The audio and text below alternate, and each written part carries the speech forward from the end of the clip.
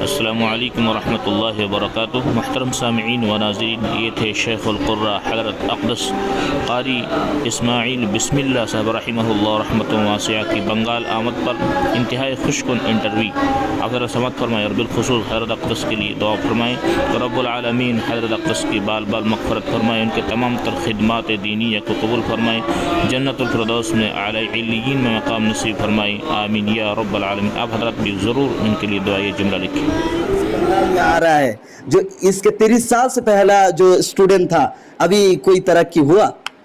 نہیں، ماشاءاللہ ہم لوگ 1993 سے آ رہے ہیں، لیکن پورا ڈیفرنٹ ہے۔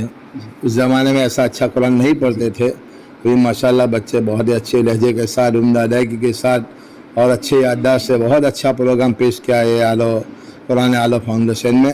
ہم لوگ کو بہت خوشی، بہت تبدیلی آ گئی۔ پہلے یہاں کے بچے ترتیل اچھا پڑھنے لگ گئے تھے کچھ سال پہلے، اب ماشاءاللہ اس طرح یادداشت اور تدوین بھی پڑھنے لگ گئے۔ اللہ خوب ترقی سے نوازے، اور یہاں کے اساتذہ نے جو محنت کی ہے واقعی میں بہت اچھی محنت کی ہے، پورا ماحول تبدیل ہونے لگا ہے، اور آئندہ اس سے بہت بڑی امید ہے کہ انشاءاللہ یہ تبدیلی، بہت بڑی تبدیلی آ جائے گی انشاءاللہ۔ جی حضرت، آپ گجرات سے یہ جو بنگال تک جو سفر ہے آپ کا، اس کے 30 سال کے جو پہلا، جتنا اپنی مشقت اٹھایا، ابھی کوئی سکون ملا دل میں؟ بہت خوشی ہوئی ماشاءاللہ، بہت دل کو کہ ہمارا جو آنا جانا بہت مطلب کہ سکسیس گیا، کامیاب گیا الحمدللہ۔ اللہ اس کو قبول فرماوے اور خوب ترقی سے نوازے، بہت خوشی ہو رہی ہے۔